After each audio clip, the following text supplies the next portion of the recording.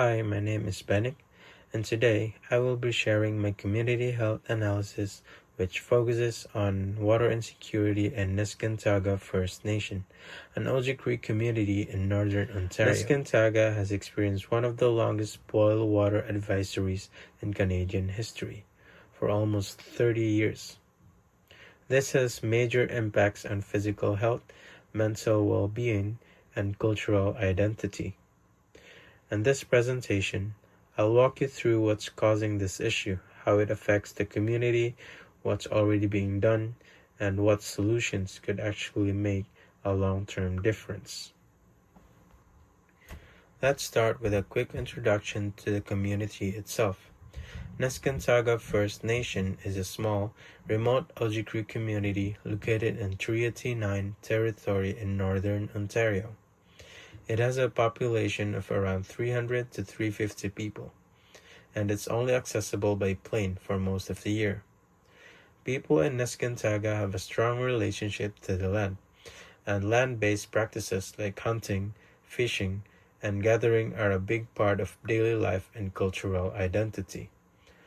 Unfortunately, because of its remoteness and years of government neglect, Neskantaga has struggled with major infrastructure challenges, especially when it comes to drinking water. The main health issue I focused on is long-term water insecurity. Neskantaga has been under a boil water advisory for almost 3 decades. Imagine not being able to drink water from your tap for your entire life. That's the reality for many young people in the community. There have been multiple system failures, including pump breakdowns and even hydrocarbon contamination, which led to community-wide evacuations. Beyond that, people experience constant stress and uncertainty. Not being able to trust your water affects everything: cooking, bathing, cleaning, preparing baby formula, and just feeling safe in your own home. It is important to understand that this crisis didn't just happen on its own. It is rooted in colonial systems.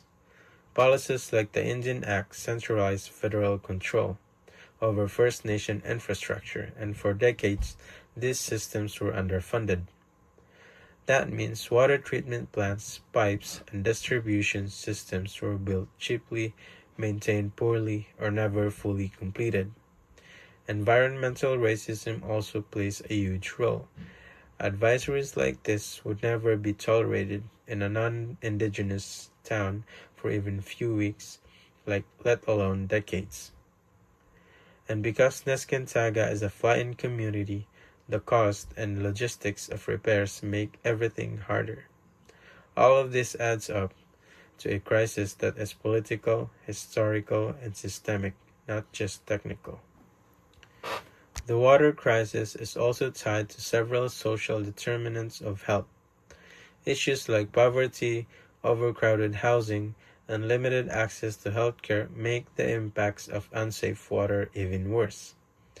For example, overcrowded homes make sanitation harder, especially when you have to conserve bottled water for basic food insecurity is also a big problem, and without clean water for cooking, it gets even more complicated.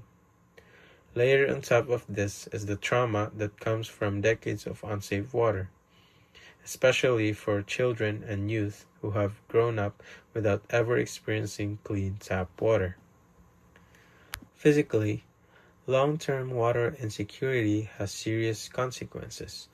People are more likely to experience gastrointestinal illnesses, skin infections, rashes and eczema, poor oral health, and complications managing chronic illnesses like diabetes. When contamination events happen, the whole community may need to evacuate, and that disrupts medical care, medication schedules, and routine monitoring.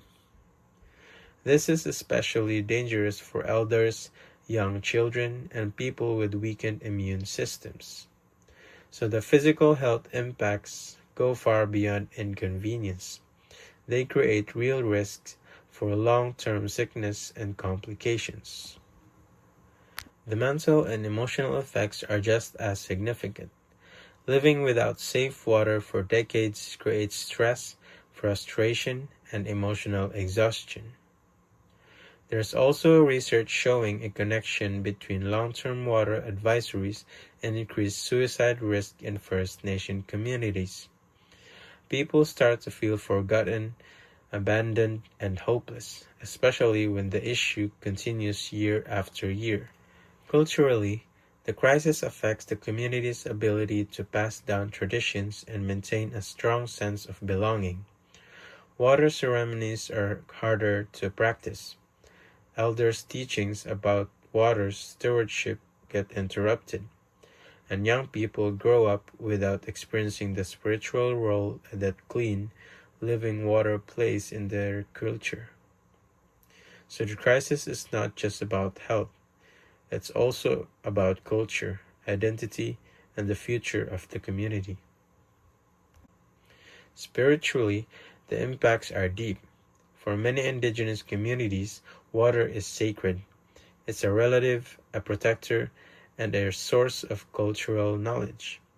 When water becomes undrinkable, it disrupts ceremonies and teaching that are essential to identity and well-being. Now let's look at what's currently being done. Federal government has invested in water treatment plant upgrades, operator training, and water monitoring programs. But many of these interventions are short-term, reactive, or don't address the root causes. There have also been emergency repairs and temporary solutions, but not enough long-term planning. Meanwhile, community advocacy has been incredibly strong. Neskantaga leaders, youth, and community members have organized campaigns, spoke to the media, and pushed for policy change. However, progress has been slow, and many promises have been delayed or broken, which has damaged trust. Even with current interventions in place, there are still big gaps. This includes most solutions don't involve Indigenous governance, funding is often short-term instead of stable and long-term, technical fixes don't address emotional trauma, cultural knowledge is rarely included in planning. Because of these gaps, water insecurity keeps happening, like a cycle that never gets fully resolved. So now, let's look at what would actually help. Based on research community voices, here are key recommendations. Number 1. Indigenous-led water governance. The community should have authority over water decisions, everything from operations to long-term planning. Number 2. Long-term, stable funding. No more project-by-project funding. Real change needs ongoing investment. Number 3. Land-based healing and water ceremonies. These practices help strengthen identity, heal trauma, and rebuild relationships with water. Number 4. Culturally grounded mental health supports. Trauma from decades of unsafe water needs to be addressed using Indigenous healing approaches. Number 5. Two-eyed seeing in water planning. This means blending Western science with Indigenous knowledge to create solutions that are sustainable and culturally relevant. These changes address not only the technical aspects but also the emotional, cultural, and governance issues that are at the heart of this crisis. These changes address not only the technical aspects but also the emotional, cultural, and governance issues that are at the heart of this crisis.